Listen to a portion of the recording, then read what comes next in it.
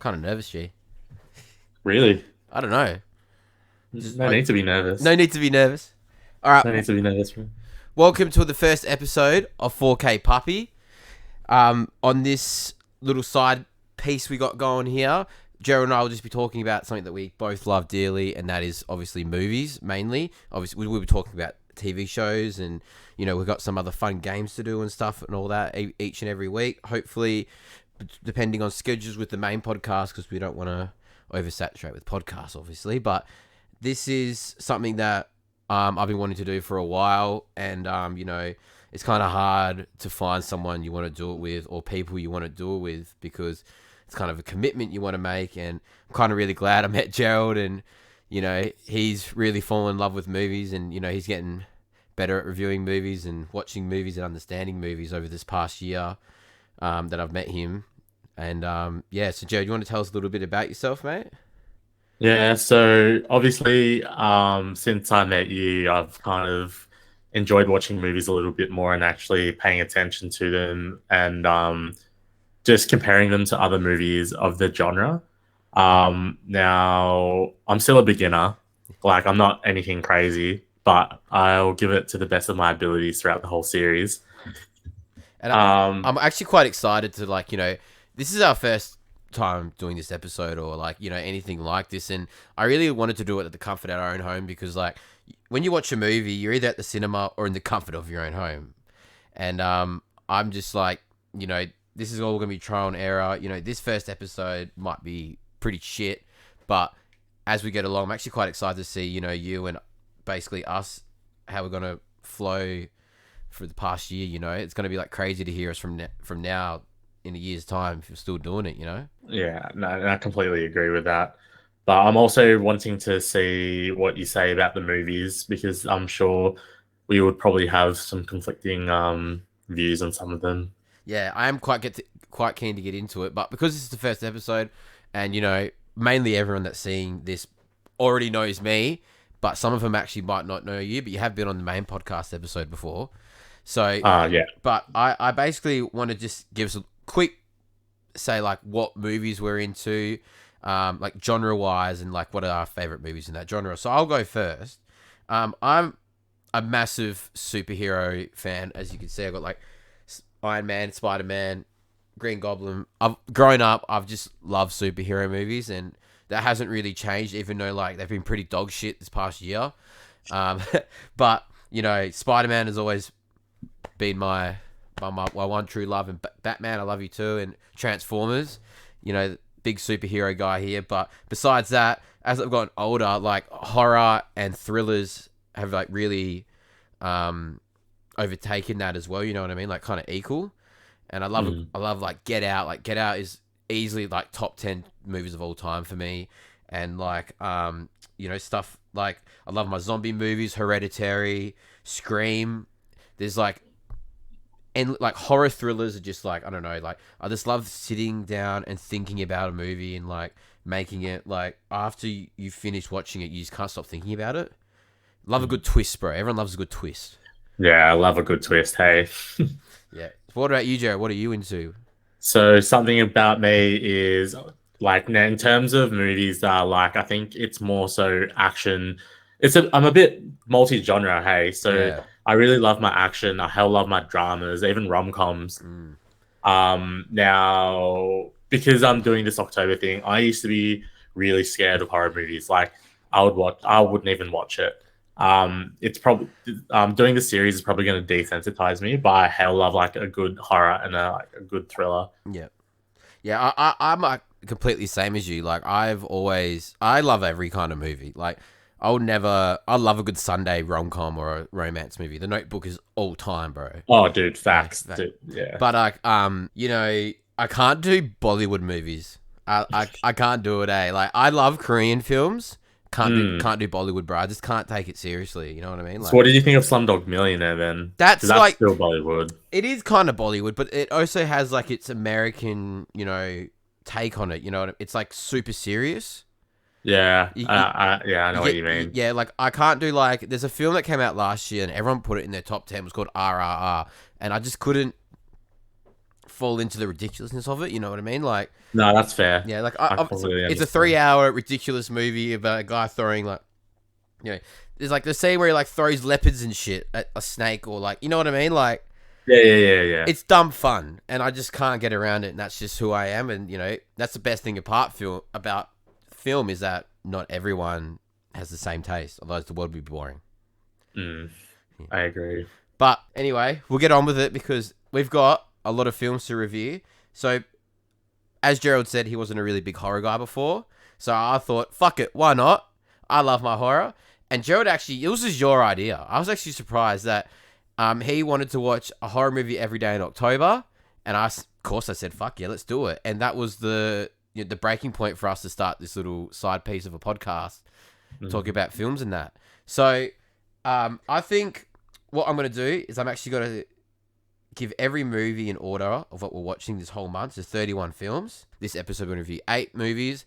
Next will be 7, 7, 7, and then at the end, the last episode, the 4th episode or the 3rd episode, we will be ranking them all in order. So quickly, from the 1st of October onwards, first is Coraline, then Jaws, Silence of the Lambs, The Exorcist, The Exorcist Believer, Shaun of the Dead, Alien, Wreck, Scream, Nightmare on Elm Street 1984, Annihilation, Texas Chainsaw Massacre 1974, Friday the 13th 1980, Get Out, Midsommar, Train to Busan, Lighthouse, Fear Street 1, 2 and 3, Hereditary, Poltergeist 1982, Evil Dead Rise, The Blair Witch Project, The Thing 1983, The Shining, Five Nights at Freddy's, Talk to Me, Zombieland, The Village, and then Halloween. So that's basically all 31 movies we're watching. Then we've got a lot of classics in here. We've got a few brand new releases. You know, I love a good old movie, but we're actually already 10 days in, and I don't know about you, but I'm starting to feel these old movies. Yeah. You can definitely tell which ones aged and which ones didn't age well. But we'll go into that. We'll go into that. Yeah. Okay. So I think we'll get straight into it, and we'll do our first film, which is Coraline, on the 1st of October. Now, this was your first watch, so I actually going to wait to hear what you say, and I'm just going to review this quickly because I've seen this movie probably about 20, 30 times in my lifetime. I remember being young and renting this movie out at Video Easy and getting 3D glasses, the red and blue ones, you know, the little paper ones. Yeah. And you know, that movie scared the shit out of me. But when I was a kid, I was a big claymation fan. I actually loved them, just like how long it takes and how like it's such an art to make those kind of movies. And I think Coraline is honestly borderline not a kid's movie. It's proper freaky and some of the best set designs I've ever seen, and you know, well written characters. I could just go on about how like great this film is. And you know, for me it's a 5 out of 5 it's a roughly about, I've got it here, for a 9.5 out of 10. So it just hits the 5 out of 5. I think like as I've gotten older, I do think some scenes drag and gets a bit repetitive, but you know, yeah, I just can't get. I think the main factor for this is like the set design. Like, you know, you've got like the ladies underneath the theater ladies, and like the way that these worlds are like so different from each other, and like just how it's just, you know, you have to watch. I think everyone needs to experience it, and like for grown adults will watch a blood gore R-rated film easily. But I know about 60% of my friends have not seen Coraline because they're too scared to, which is batshit crazy when it's a, you know, PG rated film. But enough about that. I really want to hear your thoughts on this because this is your first time watch and you have never seen it. So take it away. Yeah, because I haven't watched it as many times as everyone else has. I'm sure there's like little Easter eggs or things that are in the movie that foreshadow what happens.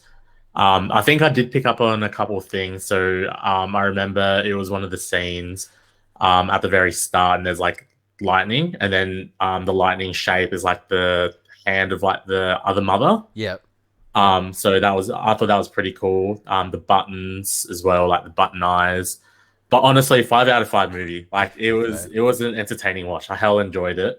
I can definitely see how it's PG, but I can also see how everyone got scared because I got scared. Like, nothing, not like your typical possession, like hyper scare, like jump scares, but it's more like all psychological, a little bit of a thriller, Mm. bit creepy and a little bit eerie as well. I think that final 15 minutes, is full on intense. Like, I think it's one of the Yeah. most intense scenes, and I think that's what pushed it a 5 out of 5 for me. Is like that last 15 minutes, I've watched it so many times, and my heart still races when she's trying to run away from his mother, and it's just Oh, so perfectly made. and also they play on the fear of spiders because I hate spiders. And then when she turns into a spider in the spider web, couldn't think of anything worse. Yeah. And also just the chase. Chase was so thrilling. Yeah, that's exactly what I mean. That chase is just like all time, bro. Like, yeah, I'm really glad you gave it a 5 out of 5 because like so many people. I just don't get why people just don't watch it, man. Like, it is a kids film. It is creepy, but you watch a possession film, which I find a lot more creepy compared to Mm. this. And I think this is just. I know some people just don't look at films the way that we do, but I truly think this is one of the greatest horror films ever made. I have it in my top 5, but it actually might be out of my top 5 now because watched a lot of horrors now that I haven't watched before. I haven't watched in a very long time, so I'm happy to tick them off. But with that, so you don't go out of tens, eh? You just do I the can do out of 10s. I'm happy to go with a 9.5 yeah. out of 10. But also, the stop motion on that is nuts. Mm. I'm glad they didn't go with the live action because I know that they were going to choose the live action over the stop motion. I don't know if you didn't know that. I didn't know that at all. Yeah. True. So yeah, the set making on that was completely nuts. Yeah, it's a very long process. Like, I don't know. Have you ever watched like Wallace and Gromit before? Oh yeah, absolutely. Yeah, Yeah, like yeah. like that movie. I remember the one that they released. Their little horror one they made. That took like 3 years to make. It's like batshit. Like that is crazy and like so time consuming. And you've got to like make these little people, and you've got to make different mouses. You've got to take them off and put them on, and take a photo, and then like it's just I don't know And also create the audio and the sounds. exactly. Like I But just don't know how they do it. Like it's I've seen some pretty bad stop motions, like claymations. But yeah, 3 years, long time. But look at the quality of the movie. Like it's great. It's yeah, good. it's all time. People still talk about it now, and that's you know, it's it's just absolutely crazy. You But can't rush a masterpiece. no, you cannot. No, you cannot. But second film on the list, we've got Jaws. I watched this when I was younger. I think everyone did, and I couldn't watch past the scene of that kid getting mauled at the start. But do you want to talk about this one first? Are you confident enough? So Jaws was one of the movies that actually surprised me about how old it was, but also kept well, it aged well. Apart from the audio, like all the audio on the old movies are so trash. There's only like a select few that are really good. I reckon Jaws is probably one of the better ones I've seen so far. But yeah, I rated that 4 out of 5, so I would still give it like an 8, like a solid 8. Probably the audio was a little bit dodgy, but I really enjoyed the mechanical shark, dude. The mechanical shark, like the live effects on it, is actually nuts. Yeah, It's so good. I think like obviously CGI probably wasn't a massive thing back then. Probably wasn't a thing back Probably then. wasn't a thing. I think it came in the 80s, maybe late 80s. But yeah, like such a smart idea. Like I don't know, Steven Spielberg must have had like this absolute vision of like what he needed, and that's why I think a lot of old movies are so much better than these newer ones because they use these real life, like Jurassic Park. You've got Jaws. You've got other movies we're going to talk about coming up. They use like real mechanics in these films, and it makes it feel so real. And that makes to me is way more scary than a CGI fucking monster. You know what I mean? Yeah, I can definitely tell why it was such like why it's a staple movie, but also why everyone was scared. Because imagine just swimming it out like in the summer, and then there's a huge ass shark just killing everyone. Mm. Yeah, and I think the smartest decision it made is not showing the shark until like an hour and in. Like, Yeah, absolutely. and I think what he wanted to make you scared of wasn't the shark. It was not knowing what is out there or what is in there or where it is at all times, because that's basically how it is now. Like, we live in Australia, and that's like our main thing in the summer is like there's fucking sharks out there all the time, and they get pretty close. And obviously we now have helicopters and shit watching over us and protecting us. But I think that's what Jaws is just like really captures, is that like it's real, that it's not about the shark, even though like it is the scariest part of it. It's more the fact that the intense of you've got no clue when this thing's going to come get you or if it will come get you. And back then, you know, like not many people got eaten by sharks now. No. But and plus also I feel like, I don't know, the thing I wanted to know most is how big this thing was, because they were describing how big it would have had to be based on like all the trauma marks from when the people died. So people were just thinking, oh, it's going to be a tiny shark. Dude, that thing will look pretty huge. That end scene where that guy he's chewing the boat and the guy gets in, dude, he's like in the middle of the shark, and there's still like there's so much more of his mouth still. Like, it was huge, bro. It was a huge shark. That wasn't a normal size shark. That's a massive one. Yeah. But I've got some notes because I gave this actually a 4.5 out of 10 for an 8.8. I think being a 1975 film, it scared me more than a fucking Megan doll did that does TikTok dances, you know? And I think the only thing that lacks in this is that it's hell repetitive for the first hour. Like, it's like, oh, someone dies. Okay, let's close the beach then. And then the mayor's like, no, I need money for the town. And then he's like, well, I can't close the beach then. So, okay, then someone else dies. And then it's like, I want to close the beach. And then the mayor's like, no, I don't want to close the beach, you know? And it's just like that 4 times in a row. But, you know, then I got really interested in that second half where what do you call the marine biologist? Yeah, he comes in and they explain sharks and all that. And I kind of found it really interesting. I didn't know about all that kind of stuff. And, you know, and I purely think that that's just, yeah, exactly like what made this film. Like we already said, I'm just going to like repeat myself, is that it's just, again, not all about the monster. It's about, you know, the intensity of this film. Agreed. Oh, another thing is, when that marine biologist went diving, did you have a jump scare? No. Dude, I didn't. Dude, I shat myself. When he went he went diving and he looked at this boat and that head just came out of nowhere. Oh, come on. Dude, Yeah, okay. I don't know why. I just think I didn't expect there to be a jump scare. Even though it was the slowest jump scare ever created. This head literally was just like slowly coming out. I literally was like, I couldn't, dude, it got me, alright? And I, props to you. For someone who gets scared easily, that's probably one of the like ones that scare me. So yeah, fair. Yeah, each their own, really. Did you get like real locked into this movie? Because yeah, absolutely. Yeah. It was a good watch. Yeah, I couldn't take my eyes off it. So I like, you know, obviously when we started this, I was actually like, oh, these old films, they're the classics. Let's get them out of the way. I think first time doing this, it's good to just see where a lot of these new movies get the inspiration from.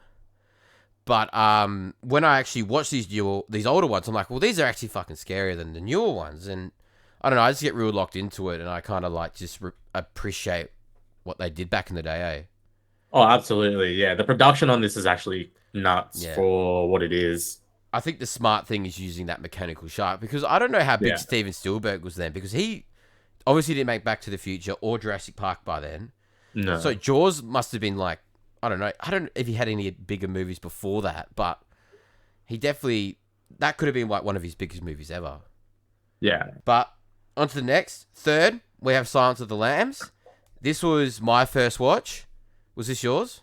Like proper watch, yeah. My sister really loved this movie, like really loved it. So I was just pretty interested to see. Like I already knew about Anthony Hopkins and like Hannibal Lecter and stuff because I think of the sequel. It's like Hannibal, but Silence of the Lambs, yeah, great movie.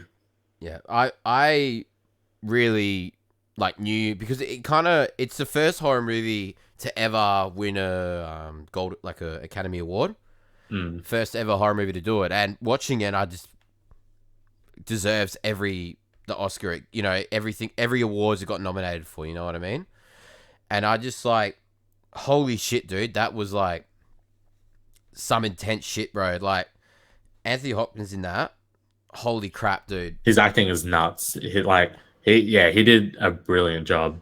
That whole cage scene, you know, in the hotel, Yeah. and that camera is looking at him, and you know what this movie does really well? It feels like I'm there. It feels like he is looking at me dead in the fucking eye.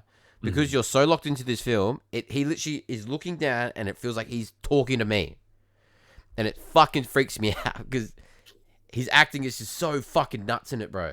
And like that whole ambulance scene, you know, like I knew, dude, I fucking knew he was that body, right? Yeah. I called it. But I did not expect him to cut that motherfucker's face off and put it on, dude. Yeah, dude. That I was like, ew. When he took the skin off his face, I was like, ew, no fucking way. Yeah. I still find it crazy he's an actual cannibal though. Like actual eats people. Yeah, and he like just full buys into it. Like he's actually a proper psychopath. Yeah, he doesn't care. No. And plus I want to watch Hannibal because I reckon that would be the perfect sequel to Silence of the Lambs. Yeah, it was. I want to see if he finds that girl. I think it is about that girl, but they got a new actor because she didn't want to come back for it. Oh, okay, fair enough. I don't know why. I haven't looked into it, but I know it's about her. And then he leaves that island he's on to come back and help her because it's been like 10 years or something. Oh, okay. That's all I know. But I did look at the synopsis for it when I like looked at Silence of the Lambs. Yeah. But I pretty much just wrote down in my notes that, you know, it has so many scenes that I'm just like was just so blown away from, man. Like that whole ending as well. Like when I watched this film, because everyone's like, oh, you know, it's one of the greatest horrors ever. It was kind of more of a thriller to me. Okay. Like a murder mystery. It just had really fucked elements to it. Anything with cannibalism is obviously makes your skin crawl. But that whole, like, I didn't know it was going to be about that other murderer as well. Like, she was trying to solve this other murder. Yeah. I can't remember what his name was. And, It comes up the whole time. And he wants to be a girl. Yeah. The actual killer. Yeah. Yeah, and I thought that was like a really good, well-written mystery in it as well, because it was kind of chilling that he was like, it's just a fucked movie, man. Like, he was killing girls and taking their skins and making a whole new skin. Oh, it's just proper. It's gross. It's gross. Yeah, it really like makes my heart race. Like even thinking about it now, you know what I mean?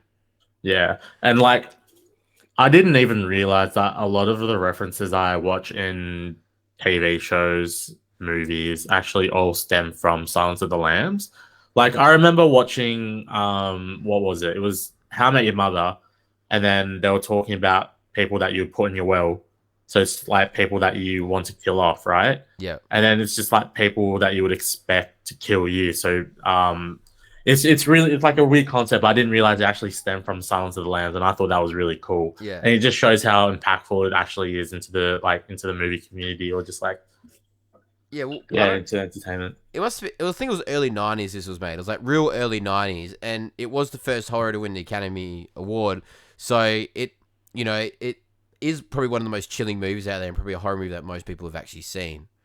But that's why I really wanted to watch all these older horror movies, because I'm like, I'm gonna watch these older horror movies. Like, it's just like good to see where a lot of people got inspiration from, because these are literally like the backbone of the horror. Like, you know what I mean? Like I don't know how, like, you know, how do you call like something that like the structure of horror?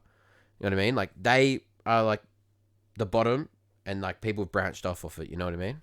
Yeah, absolutely. And that's what we're coming to the next one, which is the fourth film, and that's The Exorcist. That was made in 1973. Wait, did we give our rating for The Silence of the Lambs? No, I actually gave Silence of the Lambs 5 out of 5 for a 9.6 out of 10. Yeah, that sounds about right. That Yeah. would be exactly the same as me. I gave it a 5 out of 5, but it would definitely be 9.6. I think it's got that edge over Coraline. Oh, easily, easily. Yeah, Yeah, I think that comes down to it being more adultish. yeah, Like, 100%. Obviously, because we're adults now. Like, if a little kid watched Silence of the Lambs, I don't know why you let your little kid watch Silence of the fucking Lambs, but they're gonna not like it at all because it's scary. yeah. But yeah, and we obviously get older and more mature, and we rather watch something that's gonna creep us out more than some. And Coraline is well made, and that's like it's barely that. It's barely the 5 out of 5, like we said before, but yeah, 100%. Silence of the Lamb deserves that 5 out of 5. It deserves all the Oscars it got as well. But the next one is The Exorcist, 1973. This is like a pivotal of horror. I think this is where a lot of ideas for possession movies have come from, and I want to hear your thoughts first because you rated it highly, but like a high as you would give like a good film. Right. So I actually gave this one a 4 out of 5. I know a lot of people would rate it like a 5 out of 5, but there was just a lot of things that I didn't really enjoy. I mean, it was still a good movie, don't get me wrong, but the audio really sucked. I just couldn't get past the fact that the audio was terrible. There was parts where like you just couldn't hear anything. Like there was just no soundtracks. But I guess that's what you could expect from like a 1973 movie though. 50 years old, dude. That's when my mum was born. Yeah, That's like I can't fault them for that, but also I can because it's supposed to age well. But nevertheless, the actual physical, all the possessions and stuff, like the storyline's pretty solid. I quite enjoyed that. All the practical effects as well. So, because it's a horror movie, right? Mm-hmm. When you see someone fucking floating in a movie, you're gonna shoot yourself. In terms of like jump scares and stuff, didn't really, Was yeah, it do anything. was there really any jump scares though? Oh, just like a few. Like there's Um, loud crashes and stuff that was like because it's obviously so old. yeah. Yeah. But it's nothing like hectic. It's not like the modern horror movies that we see now, where it's just like it pans over and then you just see something in the corner and then you shoot yourself. It's like not it's nothing comparable to that. It's just more so the psychological behind it of just like knowing something's there, you can't see it, and then it possesses someone. I think it's more like what got people. I th- Not got people actually. I'll say like in the story, what I really appreciated was like she was going crazy, and obviously there's never been anything really like this before. And how you got to know she's being possessed because she's literally just changed as a person, and she's fucking like 10 years old. You know what I mean? Yeah, so everyone, like all the doctors and stuff, just kept thinking it was like a medical problem, which is completely fair. Like, Yeah. I guess it's not something that occurs all the time, and you wouldn't know. You would just think that they're going crazy. Even now, you wouldn't just be like, "Oh, they're possessed." Yeah. 100%. Well, I my notes. I don't have many for this because literally all I wrote was absolute peak of horror. Very well crafted and edited movie, I think, and it was acted very well for an older Yeah, I film. can agree to that. It Yeah, was definitely acted very well, and the cast as well. yeah. And what I really appreciated was that it didn't scare me because obviously it's so old. But back in the day, I could really see like why people would have got scared because it's first of its kind. But what she was doing to herself and doing in general when she was possessed was way more hectic than what I've seen nowadays. Like, there's a scene where she grabs the cross and she starts stabbing her fucking. I don't know if she's stabbing her vagina or if she's stabbing her near her vagina. Do you remember when she's on Must the. have been her vagina. Yeah, Yeah, yeah, and yeah. she's Because I just think the fucking same. stabbing herself. This little 10-year-old. I'm like, what the fuck? Me and my mate Stone were just literally like, holy shit, like, what the fuck is she doing? And then literally just like flashing herself to the priest and just always hurting herself and just like vomiting green stuff. And I think like going downstairs and pissing in front of all those people, like really puts it into perspective of like what would actually happen in real life because you get this stuff of people being possessed and it's always they're on a fucking farm or they're fucking locked in a house and they can't escape and all this kind of stuff. Where this is like, to me, this feels like what would actually happen. Like, you know what I mean? Like, you try and live your life because you don't know what the fuck's going on, and this bitch is crazy upstairs. But pretty much, besides that, I literally, all I could think about this movie was Scary Movie 2. I don't know if you've seen it. I can't remember Scary Movie 2. There's honestly. literally Scary Movie 2, the opening scene is literally about the Exorcist, and they're literally singing on the piano. You know when Harold was singing on the piano?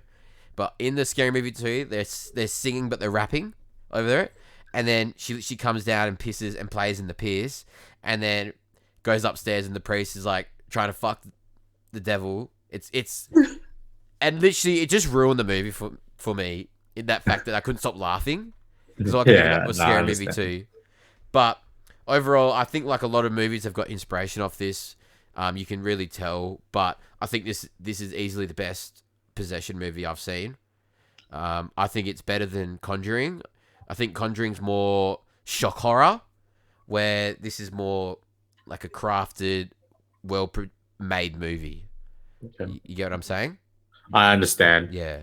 Conjuring was made to scare you, where this was kind of like, back in the day, it definitely would have been made to scare you, but they say back then in cinema, it was all about writing a well-crafted movie. Yeah, Personally, when I've watched the 70s film, I just feel like they're all... They were never rushed to get a movie out. Yeah. Nowadays, I feel like you just like, let's pump all these movies out because we've got the technology to do it now. We're back to that. I feel like they cared about it more. Yeah. But not that they don't care now. It's just better written stories. Yeah, like the script's way better. There's studios out there like A24 is a great example that they care about their movies and what movies they put out. Where you get stuff like Universal and all that stuff, and like you get all the like talking about horror, you get the Conjuring universe and all that, and they're just pumping these movies out now, and I just don't care, and I swear they don't care either. You know what I mean? Yeah. And the next movie we talk about is a clear example to me about modern horror. Okay, but what was your rating for The Exorcist? So I gave it a 4 out of 5. But it's probably like around let's say 8.4. Yeah. So around there. Yeah, so you're basically nearly at a 4.5 for it. Yeah, almost. Yeah. Not there, but almost. Yeah. So I gave it a 5 out of 5. For a 9.5, it just made that 5 out of 5. I think the fact that I really appreciate this movie. I think it's like I've been watching horror since I was young. You know, when I was like 14, it was when I really got the balls to just like I wasn't scared to watch it and go to sleep straight after. And I've been watching it for that long, and I can just really appreciate like how well made this movie was and how much inspiration it's given horror throughout these 50 years. But we decided that what we're going to do is we'll add newer movies as well. 2 new movies that are coming out this year. So obviously one being Five Nights at Freddy's coming out at the end of the month. And the other one was The Exorcist Believer that just came out in cinema. And we went the first day it came out on the Thursday. Don't forget about Talk to Me as well. I'm guessing that's still new. Talk to Me. Yes, that came out this year already. Yeah, sorry. Yeah. You are very correct, Gerald. Basically, The Exorcist Believer is, how do you call this? A legacy sequel that 50 years after the first one, but there are other sequels in the Exorcist universe. But this is 50 years later, and it's the planned trilogy. Now, I want to just pick off saying that I think with modern horror, right, A24 does it really well. They got Hereditary, Midsommar, because they're all fucked up movies.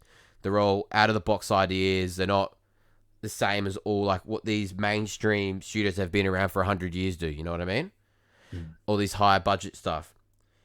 I think with this movie and with a lot of other horror movies, especially legacy sequels or like continued franchises like The Conjuring, there's not enough of what you're advertising. And I think that's a massive thing in horror these days is that you have made this Exorcist movie, and what you've done, if you in the trailer, this was a 3-minute and a 20-second trailer or something, right? That's a fucking long trailer. We never used to get those long for trailers. You don't need a long trailer for a 3.5 minute, for an hour and a half movie or something, just over an hour and a half. Where the fuck were the girls this whole movie? Do you agree? Yeah. Like at the very start, it was just pretty much trying to find it. And I'm like, bro, okay, cool. They went to a fucking forest. You didn't even show them getting possessed. Yeah. You showed them in a fucking barn. Like, come on, show us what happens. Like, show us how they get possessed. Like, what? Like they okay, so they really crafted this trailer. At the end, I saw some crazy shots, right? Black and white sequences, like really put this horror aspect. There was fucking none of it in it. There was absolutely none of that in the film, all right? I reckon we got about 15 minutes screen time of these fucking two little girls being possessed. Not about them, just them being possessed. There were so many wasted scenes in this movie. That church scene, I reckon, could have been something absolutely nuts. This film was rated MA, right? So you've already Body of the blood. Buddy of the blood, buddy of the blood. But this church scene, okay, this movie's rated MA, right? So you've already passed the threshold of that a 15-year-old under won't be able to see it, right? So you okay, all right, fine. So we're not going to make as much money as The Nun will because it's M rated, so a lot less people can see it. So why still make it feel like an M rated movie? Do you get what I'm saying? That church scene, fuck someone up. You know what I mean? What did she do? She just yelled. What did she yell? The body in the blood. The body in The the body in the blood. She yelled it 20 times. The parents like, oh, stop it, please. And everyone's just watching it. Nah, get it there. Rip someone's fucking ear off or something. Dude, I was laughing. Like that's probably why I didn't enjoy it much because I want this shit to scare me, man. Like I watch the horror to get scared the living daylights out of me, but I was laughing, and I shouldn't be laughing in a horror movie. You know? Yeah. I was pissing myself laughing when I heard that. I was like, "There's no way." Yeah, and like, yeah, like they had a few jump scares in it, and I think they kind of got me a little bit because I was in a cinema, and it's so loud in there because we went extreme screen, so we got like the best quality we can, but just so wasted, bro. Like, honestly, just no one died. Oh, actually, no, that's a lie. The priest died, but it was The priest died. boring. To be fair, that was a little bit. I was like, "Oh, what the frick is happening?" Like they're twisting their heads, and then his head gets taken off. I'm like, "Whoa!" Like, yeah, they full fuck him up, but like, I don't know, man. Like, proper, like, for me in movies, do not touch kids. I absolutely hate it when kids die or get fucked up in any way possible. It really hurts me. You know what I mean? That's a young life wasted. You know what I mean? So I was going into this movie like I'm gonna be uncomfortable the whole time. I didn't give a fuck, dude. Like, they full wasted these two little girls, and they were really good as, you know, possessed. Or demons, you know what I'm saying? Like, if I was on set, that would have freaked me out. But so wasted. I will give it credit, though. That insane, dude. I still enjoyed this movie. I didn't really hate it. Like, I did hate... Like, I didn't like it. I didn't hate it. It's just down the road in the middle for me. But I'll give it credit that saved it was the ending for me. So if you haven't That's seen what I'm it... talking about. If you haven't seen it, I want to give you quick spoilers. So you're going to have to go ahead about, like, 2 minutes or something. I think killing one of the girls was one of the smartest ideas they did. I think I was expecting, like, all right, they're going to fucking, you know, both these girls are going to be saved. And I'm like, how are they going to get out of this? There's going to be some corny way. Like, the dad's like, I love you. And then the parents are like, I love you. And then you know what I mean? It's just, and then it's all over. No. What is it called? What happened? Because the dad said, I choose you. And the devil kind of played a trick. An ultimatum. That's no. They played a trick on the kids because they were like, you have to pick one, and then the dad's like, I pick you, which made the devil pick that girl, not the one that got chosen. I don't know what the word you're looking for is. But okay, so he paid. Basically, the devil said one girl will die and the other one can live. They have to choose, right? And then basically, the parents didn't say anything. They weren't going to pick. And then the dad of the blonde girl, the main girl, she wasn't really the main girl, but she was the main possessed one. Basically, he said, I choose you, said the girl's name, right? And then she came back for about, 5 seconds? And was like, all that? And then the other girl looked like she was dead. And then the devil was like, psych, bitch, I'll choose you.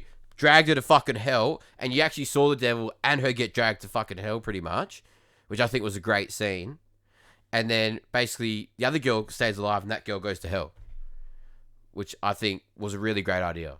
Yeah, banger. Yeah, I think that was something I didn't expect, and I'm glad they did that. Besides that, this is a trilogy. I will watch the second one because I want to see how bad it's going to get.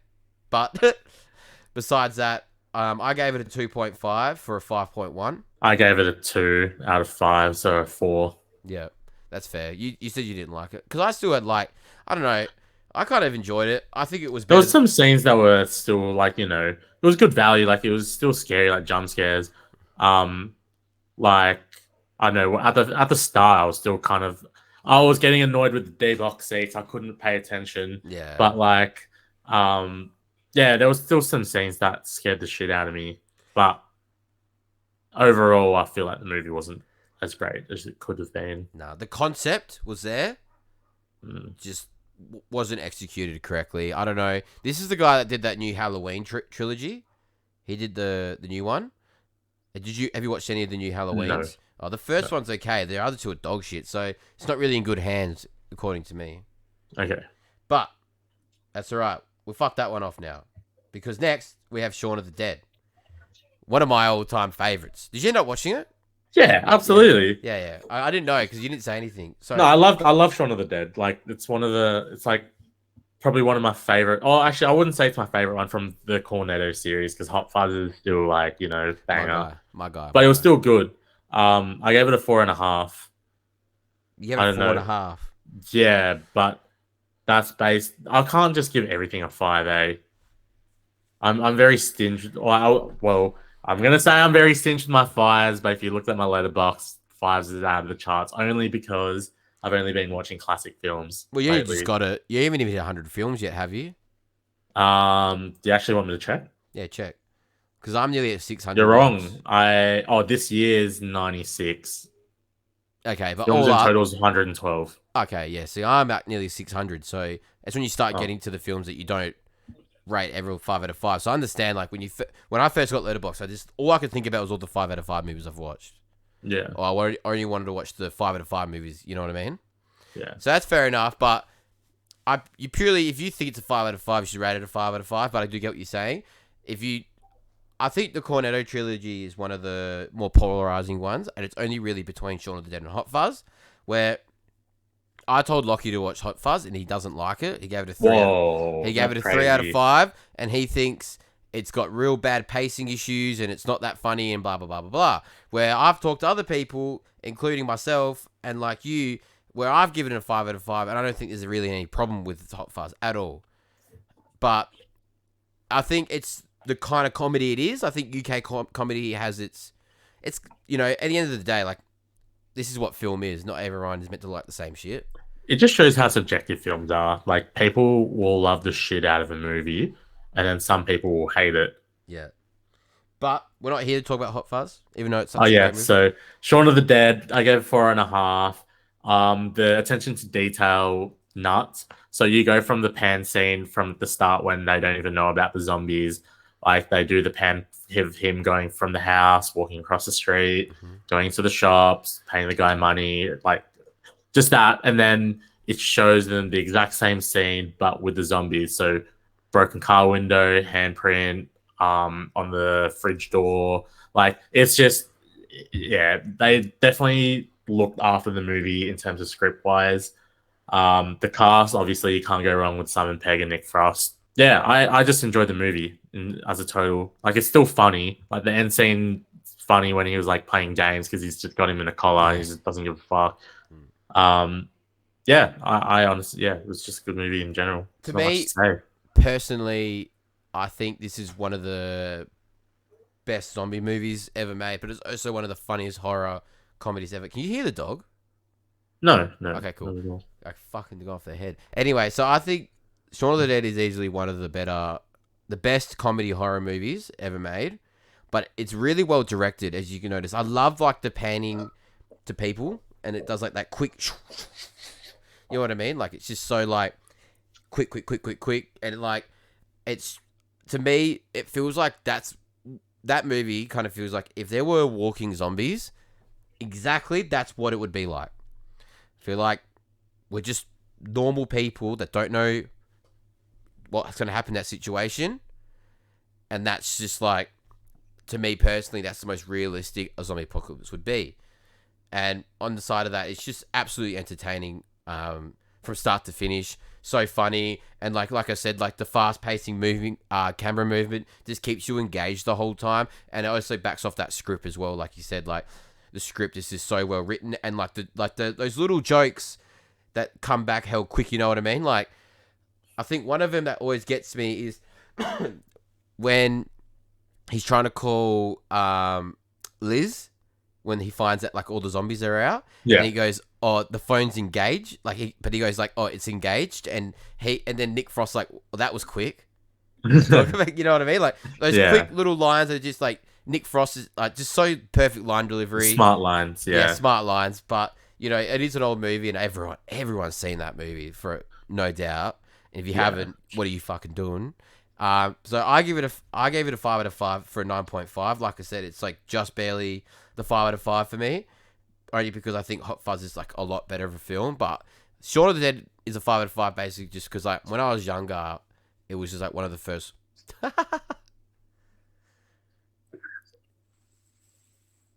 Thanks. Your food came. Yeah. But basically, it gets a lot of 5 out of 5 because of the nostalgia of it. You know, it's one of the first films I really fell in love with. You know what I mean? Yeah, no, I completely agree. And just in terms of comedy wise, I was just laughing. The scene where they didn't really know that the girl was a zombie and they were in the backyard. She was in the backyard. Yeah. And they were, she was like crawling over him. And they were like, ah. And I think it was Nick Frost who went to go get the camera, and it's just like smile. Yeah. And then also just her getting absolutely impaled by that pole out of the ground. I was like, what the fuck? Back then, in 2004, when it was made, if we were at this age now and zombie apocalypse happened, that's probably what we would be doing. Oh yeah, absolutely. I'll be clowning the fuck out of it. Especially because I think all the zombies came out on a Sunday, so they were hungover. So like that's pretty much what would happen to us. You know what I mean? On a Sunday. Yeah. But you know that's a film that everyone's seen, and I don't think we need to talk about it much more. Besides this next film, I think this is the 7th film. I think we'll do one more after this. But this next film, I think everyone has fucking seen. Besides me, I don't know if you've seen it before. No, I hadn't seen it before either. Yeah, oh, actually, no, that's a lie. I watched it, but I didn't pay attention. Yeah, I watched it when I was younger. I don't remember anything from it, but it seems like every single person in the world has watched this film besides you and me, and it said it's actually one of the greatest films ever made, especially for horror.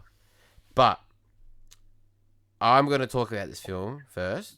So the film is Alien from 1970 something. 1979. 1979, thank you. Nearly 1980s. Now, when I got into this film, because everyone says it's a horror, it's a horror, it's a horror. And to me, it didn't feel like a horror. Like, yes, it's an alien. Yes, it's a monster. So it kind of has that horror aspect. Personally, I didn't think it was scary at all. I think what scared me more is about being in space. Fuck that. Because that's like, you're fucked out there if anything happens to you. So I think that's the scariest part about it, which I think this film absolutely captures the space part. Don't you agree? Like, all those scenes of just like looking into nothing and the planet they land on, and just it's all dark. There's no light. You know what I mean? It's like you watch Interstellar and there's all this light on these planets and all that, and it's just like it's not like that. It's fucking dark out there. You can't see nothing out there. Yeah, that and also the actual alien, I reckon, plays a huge part. But definitely the space scene, because they don't know they don't know what it is. It could be anything. They've never seen it before because they're in space. Plus, they can't call for help. They're all stranded on a ship. Yeah. If they go outside, they're gonna fucking die. Yeah, exactly. So I think it's a very claustrophobic movie, and I think it's one of the best ones to be claustrophobic. Like, that's my best thing about saying about this film. You know what I mean? It's very claustrophobic. And I feel like it's more of a thriller than it is a horror. Exactly, but I could see why people think it's a horror, because like there's an alien monster killing people, so that's fair enough. And I think that's what kind of lacks in it for me, is that you don't see the kills. they're very secretive. You know what I mean? You don't really see anyone's head get ripped off, or I don't know that when that thing comes out of his stomach. yes, that is a good point. That part did obviously was probably the most horror bit about it. You know what I mean? That fucking Yeah. and I think you know what? If I When that didn't, thing ran away, though, I thought it was that funny. thing's I like, wouldn't even say that's funny. it's like, "Meh." Sorry, go ahead. I think like back in, if I didn't know that was gonna come, that would have shocked me. I think that's kind of a little bit of a twist, hey. Like if you didn't know that thing was about to pop out, that's a really good, really well done scene because it's like this alien was on his face. He woke up. You're like, oh, it's gone away now. How the fuck you got to know it's gonna rip out of his fucking stomach, dude? That was killer scene. Really well done. Yeah, because it just came out of nowhere. The dude's just fine. And then he just like stops being fine. And then there's fucking shit crawling out of him. I'm like, bro, what the fuck is happening? Yeah, what's going on? And it's like so ugly. It's like, literally in the next 5 minutes, it's fucking fully grown. You can tell it was like mechanicalized with like a wheel because it's so straight. It looked like it was just a car with a head on top. Yeah, it's like a little wiggle and it's just like going. Yeah. But it's crazy how crazy the set design was, eh? Oh, yeah, absolutely. Like, what it was.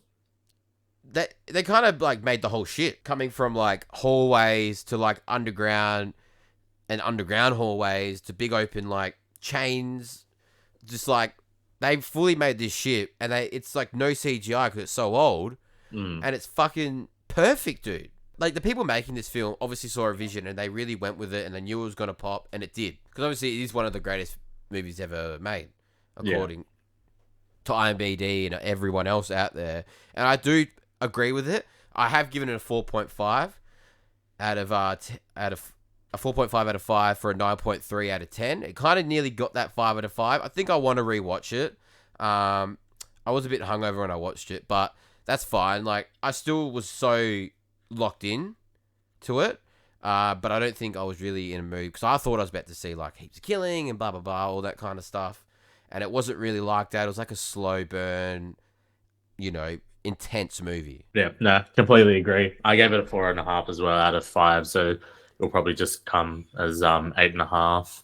Yeah, not quite a 9.5. Yeah, not quite high up. Not quite high up. Yeah, but still, regardless, still a good movie. Yeah, people rate the second one really high as well. So I kind of really once this month is done, I think I want to. When I feel like it, I sit down and watch the first and second back to back and get really like locked into it. As much as I love movies, I reckon watching one a day is a bit challenging. I wouldn't say like I hate it, but trying to keep up is a bit challenging. Yeah, I had to catch up, today. Yeah. I think it's the weekends that really gets you because obviously like people that don't know us, that we obviously have full-time jobs like every other person really should do or would have, you know what I mean? And we also have a very social life that we both DJ, we both have massive friend groups, we both have like events every weekend or a birthday, blah, blah, blah, blah, blah. And, to me, I actually say like people go, hey, you watch so many movies. And I go, well, they're only an hour and a half to 2 hours sometimes, you know what I mean? So it's not that hard to find an hour and a half every day after work or to watch a movie. But then you got life that gets in your way as well. So I completely can understand where people are like, oh, I don't have time because I go to bed at like 10:30. So I have time to watch a movie where people are like, oh, I have to go to bed at 8:30. So that's fair enough. But yeah, when we have such a busy social life, even though you got all this hours on the weekend to watch a movie, but you kind of really want, because we're doing this and reviewing all these movies and they're all horror movies. So it's kind of hard to watch a horror. I find sometimes it's hard to watch a horror movie during the day because a lot of them are dark.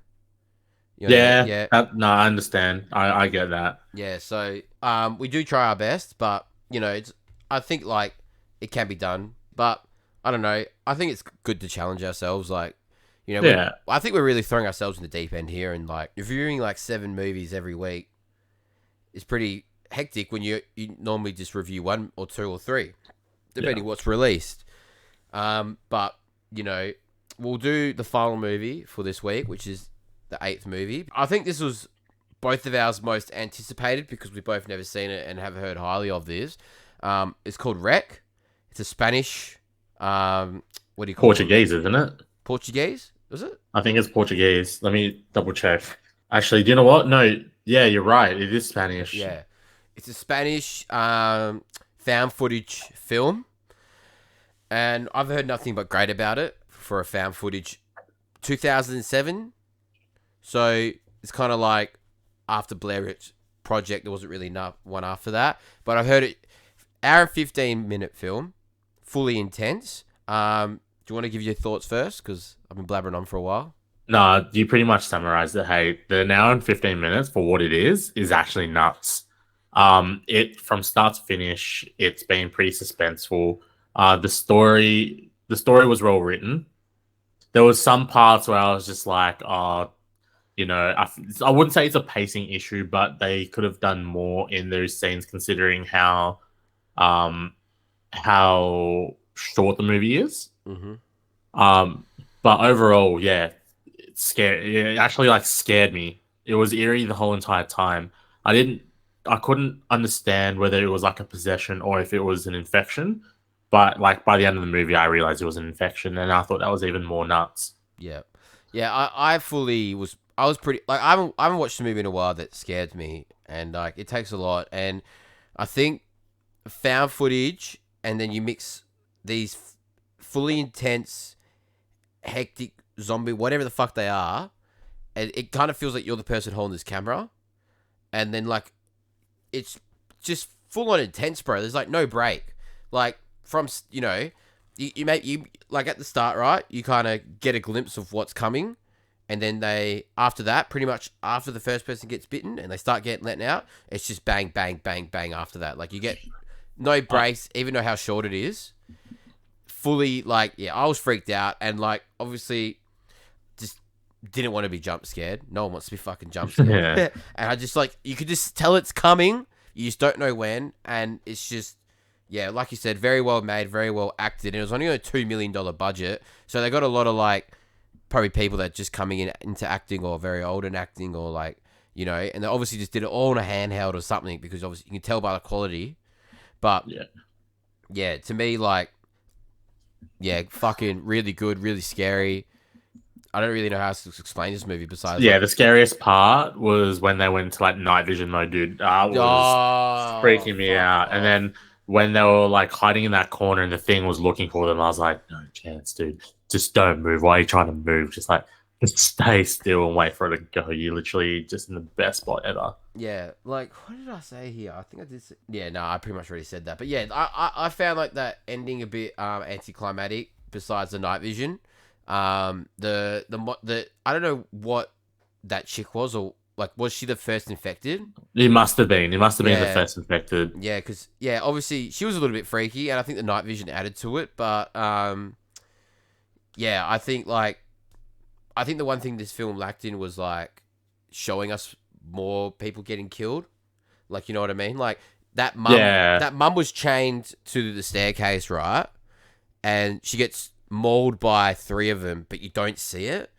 Like you Yeah, know I what I mean? mean, you get to see someone falling straight from the stairwell down. Yeah, You yeah. also see a couple people get bitten, but nothing crazy. Like, I don't know if you remember the scene where they were in I think it was like a kitchen or like the med bay, and then they were peeking through the top window. Oh yeah, yeah, yeah, yeah, yeah, Yeah, yeah, yeah. like they didn't see the full clean kills or anything. It was like maybe like one bite, but that's about it. No, Yeah. no one getting mauled.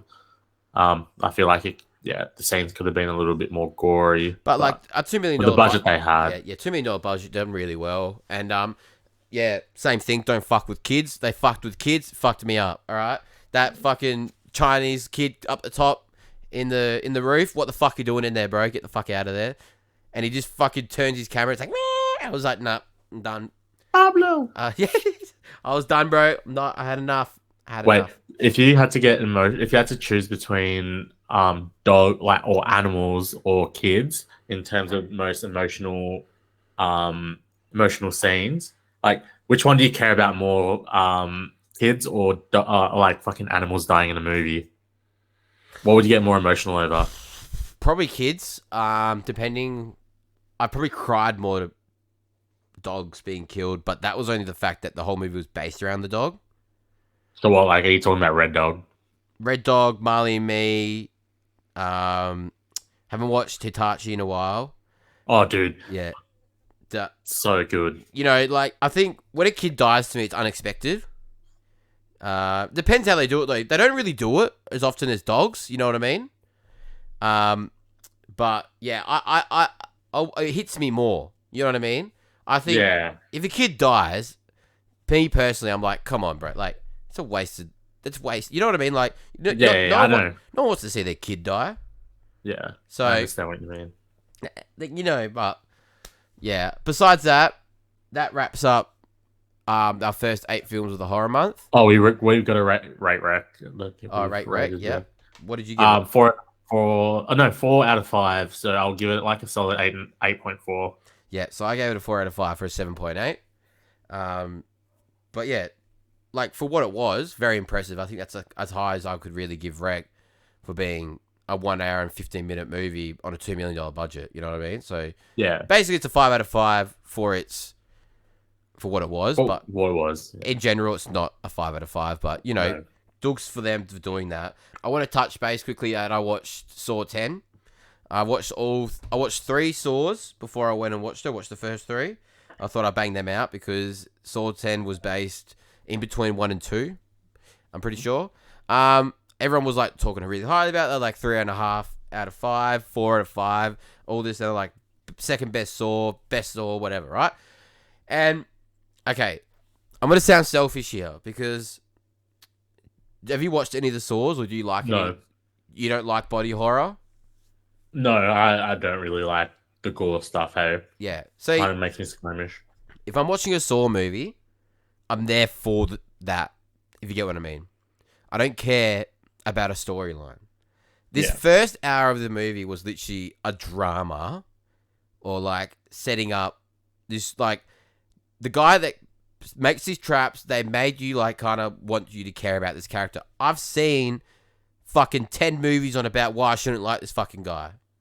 Okay, because he just fucking kills people and gives them a chance or whatever. I don't care. Okay, and it was so bad. Like, people were like, oh, it was so well done and like really hit emotionally, and I'm like, fuck off, bro. Like, he fucking kills people. How do you have emotion for this guy when he's just old and frail now? You know what I mean? Yeah, understood. Yeah, and then like everyone was saying like how great these traps were. They're like, oh, these are the best traps I've ever seen. They make you really squirm. Okay, you're not gonna watch this movie, are you? No. Okay. Probably not. I mean, look, I'm not gonna say no, because I'm sure there'll be like a reason why I watch it. Yeah, because like, it's not on my list. Like, the reason I go to the movies to see these traps, right? Saw 3 to me has like one of the best traps ever made. He gets like, I don't know if you know this, but like this guy, he gets clamped and basically it spins 360 completely on each body part. Yeah. And you see all of it. You see every like turn and like his bones snap out and shit. It's fucked, right? Yeah. Now, everyone was like, oh, these traps are, like, really good and really hectic, right? So I was like, cool, excited. That's all I come here for. Okay, look, I'm going to give you a quick rundown of this movie, right? So this guy, the main guy, the main character, the guy kills people, or doesn't kill people, apparently. He has brain cancer, right? And then basically, he goes to a cancer support group, and then he sees one of these cancer support group guys out in the street, and he's all happy and healthy. And he's like, oh, how'd you beat cancer? Because you basically had a pretty hectic cancer. There's no way you should have survived that. And he's like, oh, I found these people that have this medicine that basically that's made in Finland, that people can't, that the government won't let you have, because they saying like they don't want cancer to be cured because they make so much money off it, blah blah blah. Yeah. So ends up finding these people through the guy, goes to Mexico where they're like hiding, and gets his surgery done. So basically, he's got brain surgery. I don't know if you know this, but if you have a brain tumor and they're going to operate and try to take that tumor out, you kind of have to be like half awake, because the brain... Really? Yeah. So like, I don't know why. Maybe it's like if you touch the brain when you're asleep, you die or something, because it pulses. Maybe it like pushes the tumor out because it's pulsing so hard. Yeah, okay. So he's half asleep and he can see the screen through this mirror, like on the glass, and basically it looks like you can see like him operating on his brain. And then basically, anyway, they end up putting him to sleep, and they're like, don't take your bandage off for 3 weeks. You're basically healed. Keep taking this medicine for a month. You're gonna live. He's like, cool, sweet. Anyway, it was at like this refugee house out on a farm, and he really like made a relationship with like this little kid and like this teenage girl. And anyway, he's like, I'm gonna go find them and give them presents, right? And he walks in there, no one's in the house. The house is fucking trashed, and basically goes to like where he got surgery, and their whole place is just like been emptied and like trashed. And they've basically picked up and left the video behind, and it was actually just a DVD of someone doing brain surgery. Oh shit! So they tricked him. So they took $400,000 off him, and never did any surgery on him. Fucking hell! So then he's like, "Well, I'm gonna teach these people a lesson and fucking do some traps." So basically, he picks off one by one. Like, he grabs the guy that drives him there, puts 2 bombs to his arms. The only way he can get these bombs out is basically have a scalpel, because a scalpel can't go through metal, but it can go through skin. So he has to like rip the bombs off his arms. Yeah. So that's pretty brutal. And I was like, that's pretty brutal. I cringed a few times. That's all right. Then he gets everyone. He finds everyone, brings them, puts them in the traps, and they're all in like a circle, and they go one by one, right? So the first trap happens, and this chick, she's strapped to a pole and sitting down, and then she's got like this wire. It's really sharp wire. And basically, she's got 3 minutes to cut her leg off with this wire. Yeah. Like, Ooh. down here, like where your finger is. Yeah. Like this. So you see the whole thing. That made me squirm. I was like, that's fucked. She like this. Yeah. You can hear it, dude. It's like, you know what I mean? Like, dude, going through the fucking hate shit like that. Yeah. And then basically after that, then she has to plug in this needle into her bone that sucks bone marrow out. Oh, dude, that's not good. And then when enough bone marrow has gone into the weight, it will drop the key to unchain herself. So anyway, she fucks around for a minute going, I'm not doing this. And then she starts doing it, chops her leg off, chops the thing in, basically doesn't do it in time, head gets chopped off, right? Yeah. I'm like, cool, all right, that's a really good trap. That ran me squirm. Sick. Yeah. Next guy. He was the guy that was pretending to do surgery on his brain. So he was like, all right, you have to cut a piece of your brain out and put it in dissolving acid, which will dissolve it and drop into the weight, and it will unlock the key. So you see this guy like cut his whole head off, like open his head up and pull a piece of brain out. Yeah. Which to me, I was like, okay, it wasn't even that bad. I think Saw 3 did it better. Yeah. And I was like, and then he doesn't do it, and basically this thing closes on him and burns his face alive, but you don't see it. Oh, lame. Yeah. So I'm like, okay, that was pretty pathetic. The next chick that goes in there, she's got this radiation machine pointing on her, and basically she has to break her arm and her leg to get out of the chains, or she'll melt. Fuck that. Yeah. But it was mid. Like, she barely burnt, you know what I mean? She didn't die. She got out. Yeah, okay. And then the final one, which was the boss that was running the whole thing, basically got her and her husband in there, and they had a gas chamber with, like, gas that melts their skin. Yeah. And to me, it was like, all they had to do was, like, fight over each other who was going to survive from the gas chamber. So it was pretty, like, boring to me, you know what I mean? Yeah, you don't go watch Saw to watch 2 people fight over who the fuck's gonna live. In a gas... Yeah. In a gas chamber, yeah. I want to see something creative and, like, all that, like... There was the eye one. Like, I don't know if you saw the posters for it, but they had, like, the X...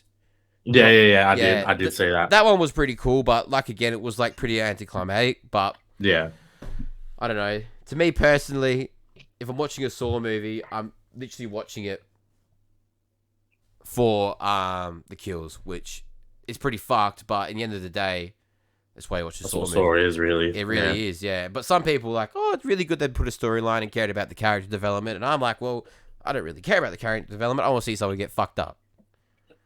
So, I don't know how people were passing out and shit. I think just all these young 17-year-olds or 18-year-olds can't handle their fucking movies anymore. Or they're over-exaggerating. Yeah, 100%.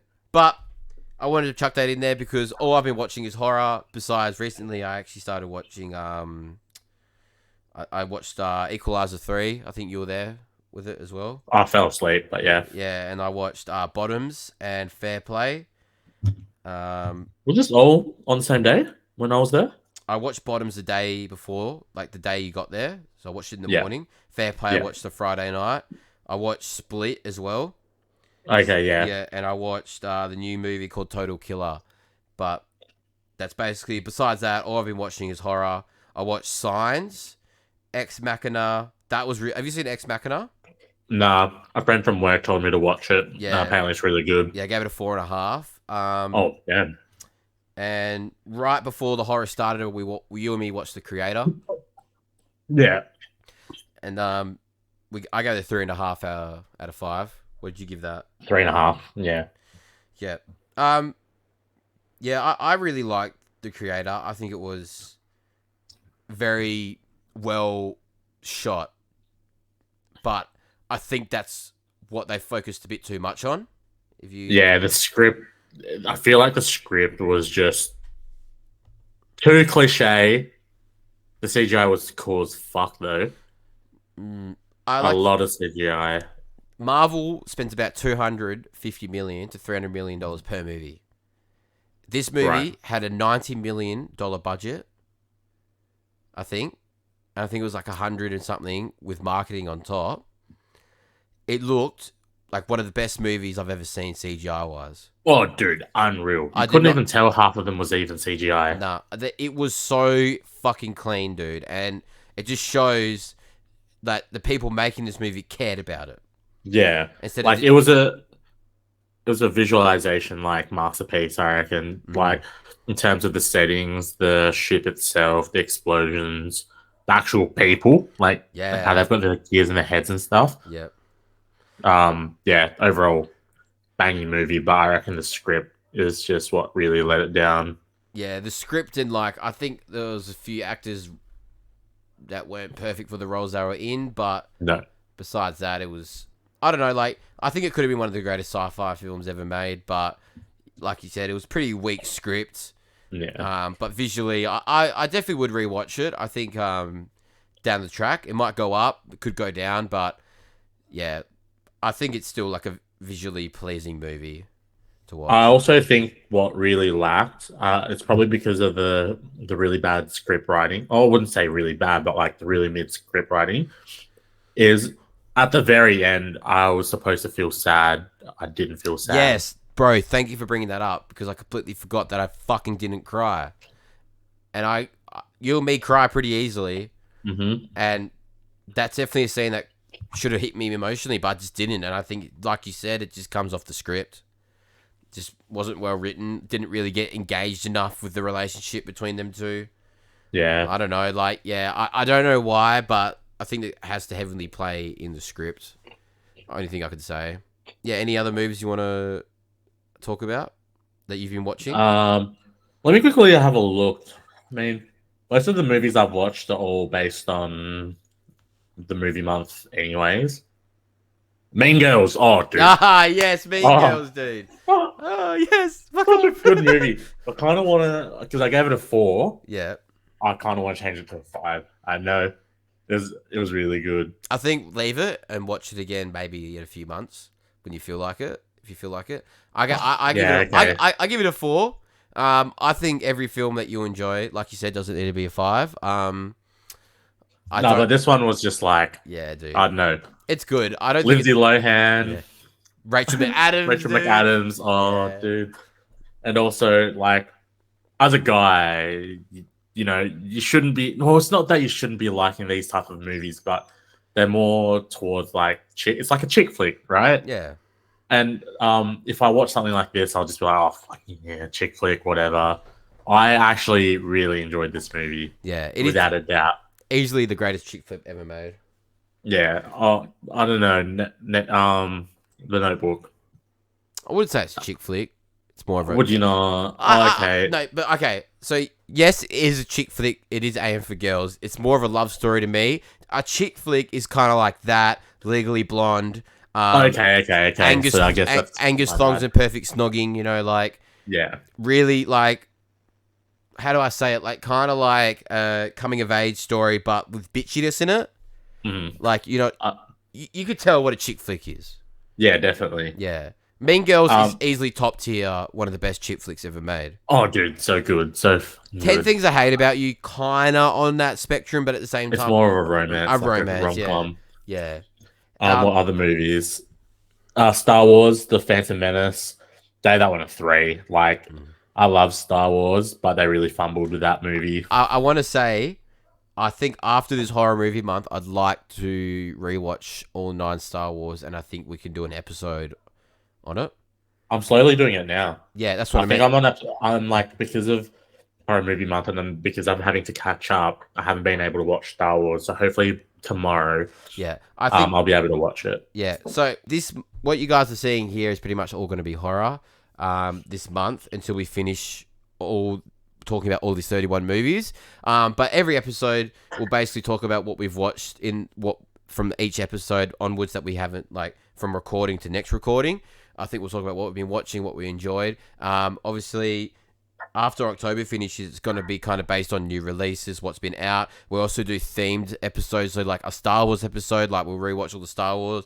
Can be just one movie. We'll do movies that people recommend, even TV shows if we get around to it. Like I'm watching Gen V, because you haven't watched The Boys, have you?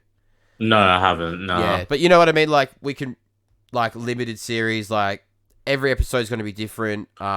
I think maybe some of the big movies that come out, like that everyone will come to. I don't really know what else. Maybe like Napoleon. I think everyone's keen to watch that.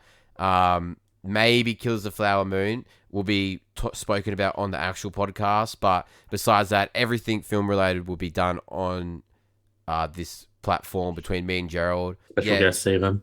Yeah.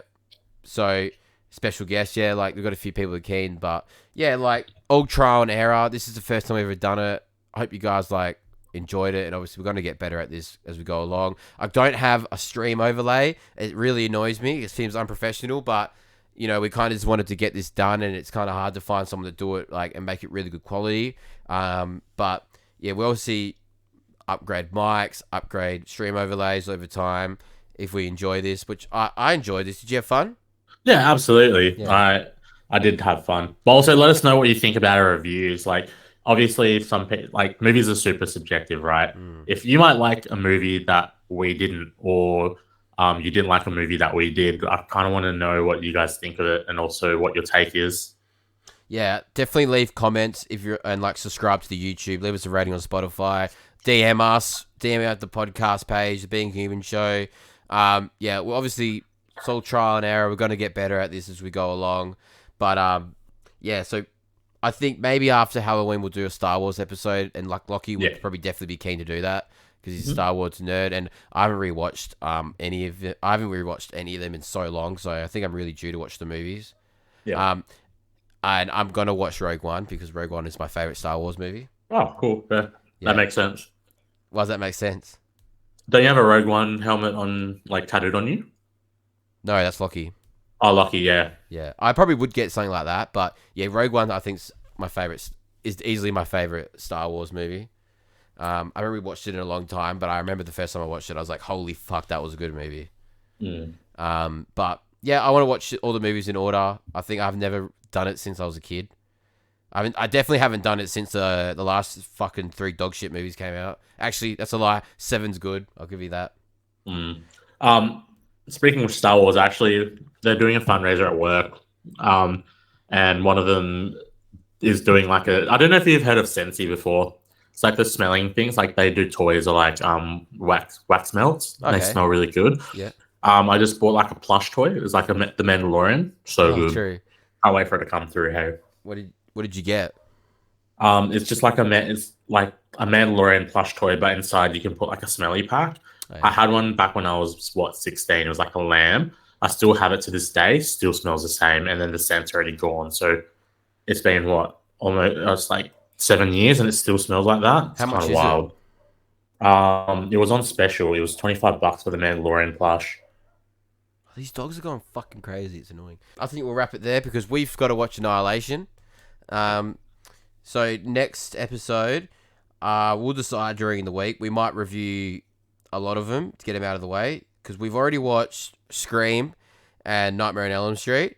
And now we're going to watch Annihilation tonight, and then Texas Chainsaw Massacre, Friday the 13th, Get Out, Midsommar. And then, so we'll either just do a little episode for that, or maybe we'll do like another episode in 2 weeks, depending on, because we've got to work around the schedule of obviously the main podcast as well, what that wants to do as well. So we will speak to Lockie, and yeah, we might do another big episode, because this was about an hour and a half, which I think is good. And you don't really feel it when you're in the comfort of your own home, do you? No, it's good. It's just like talking to your mate over Discord. Yeah, exactly. But yeah, let us know what you thought. Let us know what we can improve on, what you did, what you didn't like about it. And obviously follow me on Insta and Letterboxd 4K Vinny. And Gerald, you want to hook yourself? Yeah, Sushi Papa on Instagram and also Letterboxd. Is it 2 A's? Yeah, 2 A's. Yeah. Definitely going to push Letterboxd more and hopefully get some reels out on that. But thank you, if you're still here, for tuning into the first episode of 4KPAPI. Thanks, everyone.